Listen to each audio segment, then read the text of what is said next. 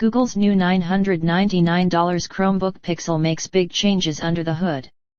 2 years is eons in tech time, and that's how long we've had to wait for a new Chromebook Pixel, which Google announced Wednesday.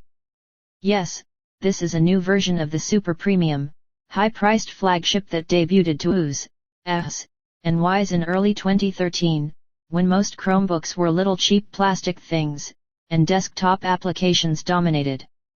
Not everyone saw the potential of a high-priced browser box. Fast forward 2 years, Chromebook sales are strong, and we're living more in the cloud than ever.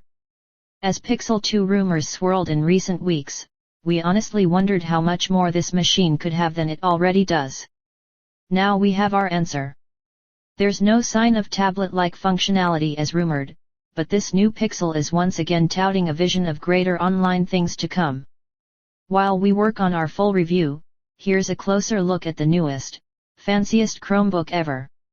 If you hefted the new Pixel, as I did, you might notice it's slightly lighter than before, 3.3 pounds compared to 3.35 pounds, and even a scant millimeter thinner, 15.3 compared to 16.2. Otherwise, it has the same sleek aluminum shell and gorgeous high-resolution display as the original, and its other outward changes are mostly subtle. Perhaps that's why Google chose, confusingly, not to give this new generation of its flagship a serial number 2. The important changes are under the hood, and the biggest is the CPU. The first model's Intel Ivy Bridge chip had plenty of power but disappointing battery life, 5 hours by Google's spec, but barely more than 3 hours in our review of the original Pixel.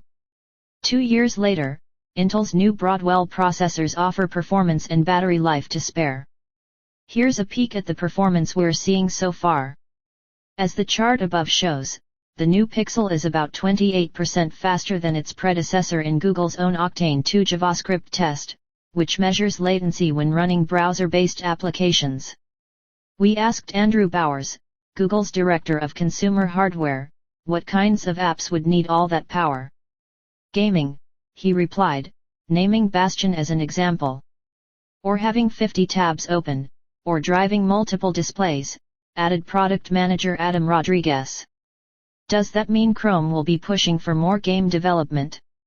Rodriguez and Bowers exchanged looks before Bowers hedged, not in particular, but it definitely enables new use cases. We're continuing to run other tests and will include the gory details in our full review, but so far, so fast for this Pixel's new Broadwell CPU.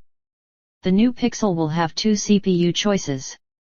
We have the base unit, whose $999 price $300 cheaper than the first gen's base model includes a Core i5 CPU, 8 GB of RAM, and a 32 GB SSD. For $1,299, you can get the Pixel LS. The LS stands, I kid you not, for ludicrous speed. A Core i7 CPU, 16 GB of RAM, and a 64 GB SSD await the lucky owners of this high-flying machine. Google did not provide LS review units. Google claims up to 12 hours of battery life on the new Pixel. That's a big jump from before, and Google's tweaked the Pixel's behavior to help goose the number. For instance, the backlight on the keyboard lights up only when it detects your hands hovering closely over the keyboard or trackpad. If your hands leave for more than 30 seconds, the backlight fades away, even when the Pixel is plugged in. The display also adjusts its brightness based on what's shown on screen. Of course, a huge battery helps. Google told me it was a 72-watt-hour power pack. We'll tell you how this monster fared in our tests when we finish our full review. Here's the last big change: 2 USB-C ports, on the left and right sides near the back, deliver both power and connectivity. You can plug in the included USB-C standard power adapter, $60 to buy another, on either side, or one of Google's optional connectors for USB-C to HDMI, $40, DisplayPort, $40, or USB-A, adapter or cable, both $13. The mini DisplayPort, and dual USB 2.0 ports on the original model are gone. The new model has 2 USB 3.1 ports, an SD card slot, and an audio jack. The other exterior changes are nice, if less noticeable. The display's piano-style hinge is a sturdier design. As a result, there is noticeably less flex in the screen, always a good thing. A new trackpad, still edged glass, is bigger and more responsive, at least per Google, though I thought the old one worked fine. The display changes slightly as well. It's still a 1285-inch touchscreen with a stunning 2560x1700 pixel resolution and 400 nit brightness. For the new Pixel, Google also improved the color gamut. Most eyes may not notice the difference. To me, both the old and new screens are just plain gorgeous, but we'll tell you more after running some display tests. So why no tablet functionality, say a hybrid form factor, or a 360-degree hinge?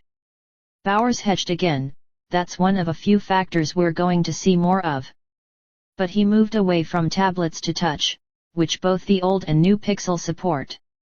We're going to see touch become a more important factor. Think of the Pixel as a dream machine. It's not something everyone will be able to afford, or need.